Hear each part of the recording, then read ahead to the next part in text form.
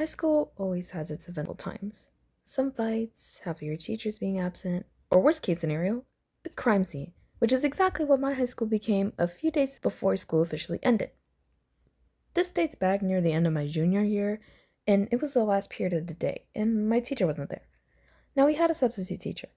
However, she didn't fully understand English. She was Arabic. So, as she was taking attendance, she said, "If you want, you can grab your attendance and leave the building." And I know a few people that took their attendance and left, and I really wanted to, but I decided to stay in the building. And can I just say, that was the best thing I could have done. Well, let me explain why. As I was on my phone nearing the end of the period, I noticed through the huge window in the classroom that there was an ambulance outside. And usually when that happens, they close the fourth floor, which is the top floor of the building. But I was on the third floor just chilling. I found it weird that the ambulance was there, but I tried to ignore it as much as possible. Then the announcements went off and said the building is now going on lockdown. This was repeated twice, and now I'm freaked out. And everyone else that was left in the classroom was just looking around confused. And what made this worse was that our sub didn't even know what a lockdown was.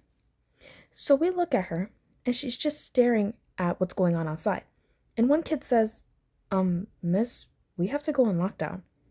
And she looks at us and goes, "Oh, yeah, you guys can go if you want." "What do you mean, if you want?" "So if we had the option, we could just die." So we stayed calm and kindly reminded her that we had to lock the doors, close the windows, and go into the corner of the room facing away from the door's view. And you want to take a wild guess what she said? She said, and I quote, "Okay, you can do that if you want to." We just followed what we were supposed to do.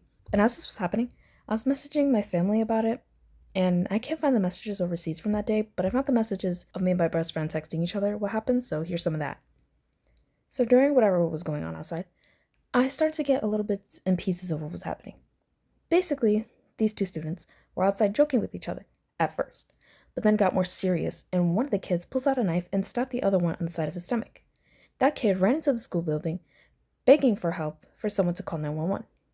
So they kept us there for a while, but we were able to still leave the building at the same time as the last bell rang. So I'm walking outside to go to my dad, to go home. This random lady holding her arms out blocking the sidewalk with caution tape behind her saying, "No, you can't come this way. You guys have to walk on the street."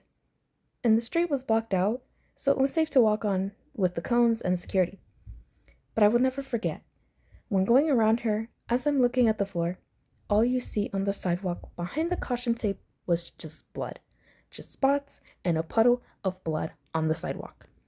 So I just walked all the way down to my dad, went in the car, and sped off home. And let me be clear, that situation, everybody ended up being okay. The kid that was stabbed and landed in the hospital, he ended up being okay too.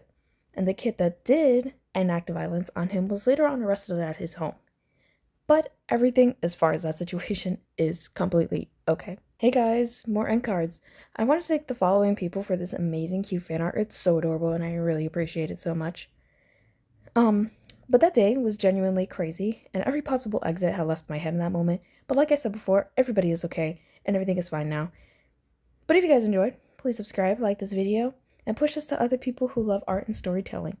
And with that, I'll see you guys soon. Bye guys.